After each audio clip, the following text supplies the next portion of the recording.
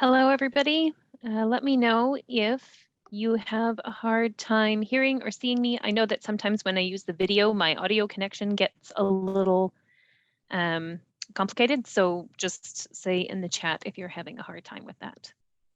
And Hiba, I'll let you know when to progress the slides. Or Chris? Yes? Okay. All right. So climate change and equity is something I could spend the whole 2 hours talking about, but I've been told I'm not allowed to do that this time. Hopefully we can have that kind of time, more intensive conversation about this very important subject in the next little while when the corporate process catches up to us a little bit. But for now, what I wanted to do was make sure that I spent a few minutes talking to you a little bit about what we've done with the workshop results and the survey results, how they'll be used, and how that fits into what we're doing this afternoon. So this won't be new information for most of you, but climate change disproportionately affects disadvantaged and marginalized communities. In our summer workshops, I used basement flooding as a way to illustrate risk and vulnerability when I was talking about those concepts. And this summer, we saw this play out in the worst possible way in New York City when Ida hit, when 11 people drowned in their basement apartments when the flooding happened. Most or all of them were low-income immigrants, documented or undocumented, and people of color. The basement apartments were illegally converted, unregulated, and unsafe. They lived there basically because there was nowhere else they could afford to live. This photograph shows you partly the damage to the basement itself, with the poles propping up a ceiling that is now sagging quite badly, but also the man holding a hand to his neck shows where the water level got to while he was still inside the basement. Next slide. New York City is a little bit different than Hamilton. It's a coastal city subject to tides, sea level rise, and hurricanes, which Hamilton is not. So we're not expecting the consequences to be the same. But even so, we know flooding affects some people more than others, and not just because of the topography. Those of you who attended the summer workshops with me shared a lot of stories about this. So for example, a resident on Ontario Works or ODSP, or with a low income living in a basement apartment who doesn't have insurance or not insurance that covers floods or won't replace their property when it gets damaged, who's been living in a place long enough for rent control to keep their apartment affordable while the neighborhood gentrifies around them. What happens when they experience a flood? They may lose their belongings and have no help in repairing or replacing them. They may not have anywhere else to go while repairs are underway. The repairs may qualify the apartment for an above guideline increase in the rent, meaning that they may have to move. There may not be anywhere left in the neighborhood that's affordable for them due to gentrification. So you have someone who has potentially lost most or all of their belongings and is starting over in a new neighborhood. Besides the financial impacts, this would clearly affect someone's mental health. And it affects the community and social capital of the neighborhoods as long-term residents are displaced thanks to these issues. Next slide.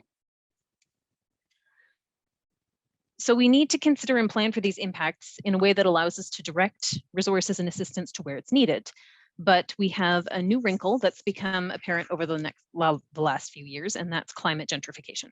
The first type is where wealthy residents living in areas highly vulnerable to climate impacts move to lower risk neighborhoods that are lower income, raising property values and displacing long-term residents. One example has been happening in Miami, where beachfront properties are becoming increasingly susceptible to hurricanes and sea level rise. And the wealthy owners of those properties are moving to neighborhoods like Little Haiti, which is pushing out the lower income residents in those neighborhoods.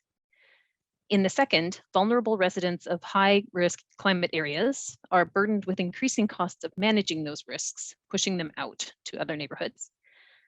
The third form of climate gentrification is the one that I'm personally most concerned about for Hamilton, and it's the one that you can see illustrated on the slide. In this, planners and bureaucrats put an equity lens on the adaptation plans.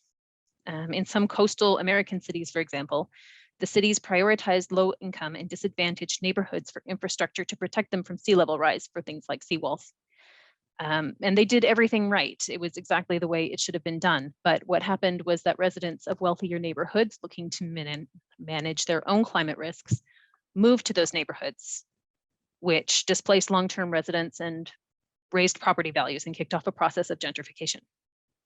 So it's clear that an equity lens on its own isn't enough. We need feedback, flexibility, and continual feedback on how it's playing out to make sure that the benefits of the policies and projects we're trying to implement reach their intended recipients. Next slide.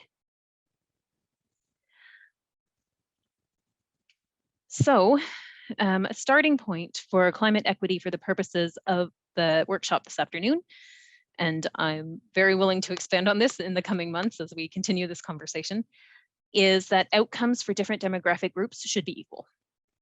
And the question is, how do we get there? What kinds of actions and projects do we put in place that will help make that a reality? As the workshop activity is described, and as you work in your breakout groups to come up with these suggestions and plans, please keep in mind both the climate impact side and the inequality impact side. The climate impact side might be the infrastructure. So for flooding, again, you're looking at reducing the risk in certain neighborhoods due to infrastructure upgrades. And on the inequity impact upside, you may be looking at regulations and programs that make housing more affordable or increase access to insurance, things like that. Don't worry too much at this stage if these are things that are within the city's mandate. Policies and projects that we need to advocate for to other levels of government are certainly something we can consider in the adaptation plan.